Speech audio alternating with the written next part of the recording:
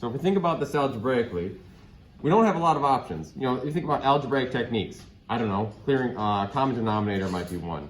Factoring and simplifying, if you can, might be another one, right? This one doesn't lend itself to either of those, but what we can do is we can leverage the fact that this is a fraction and there's two terms in the numerator, one in the denominator. So I can break this up into x over x plus sine x over x.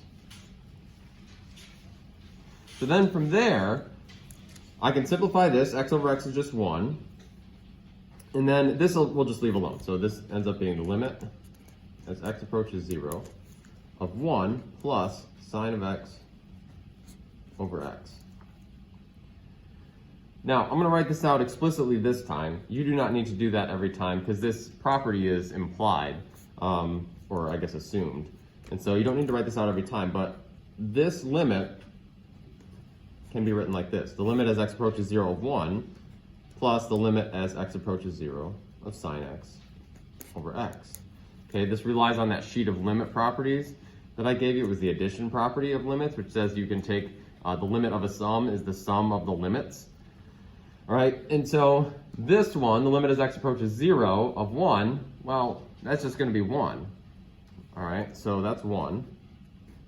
Plus the limit as x approaches 0 of sine x over x. That was a special limit that I said this is one that's going to come up a lot. You want to sear this into your mind. What did that one equal? 1. Okay, so you get 1 plus 1, which if you're at this point in your mathematical career, you can probably figure out, even without a calculator, it's 2. All right? So that's how you do that one. A couple things I would note before I take questions. First is you need the limit notation as you work down the problem until you evaluate the limit. Okay? If you drop the limit notation at the beginning, you will write silly things like 1 plus sine of x.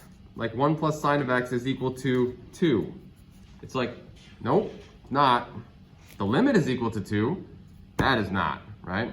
So in order to continue making logical sense as you work through the problem, you've got to maintain the limit notation until this point where I say, okay, now I'm going to actually evaluate the limit. I'm going to plug in 0 into this function. Well, this function's always 1, so it's not that interesting. So you get 1. And plugging in 0 here, we can't do, but we can evaluate the limit because we have that limit memorized. It is also 1. Okay, so be careful with the notation as you go. All right, questions on this?